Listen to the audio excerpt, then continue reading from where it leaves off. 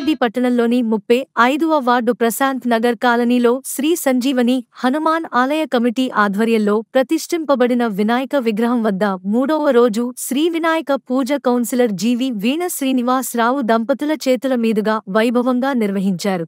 పూజ అనంతరం కౌన్సిలర్ జీవి వీణ శ్రీనివాస్ రావు దంపతుల చేతుల మీదుగా ప్రసాద వితరణ జరిగింది.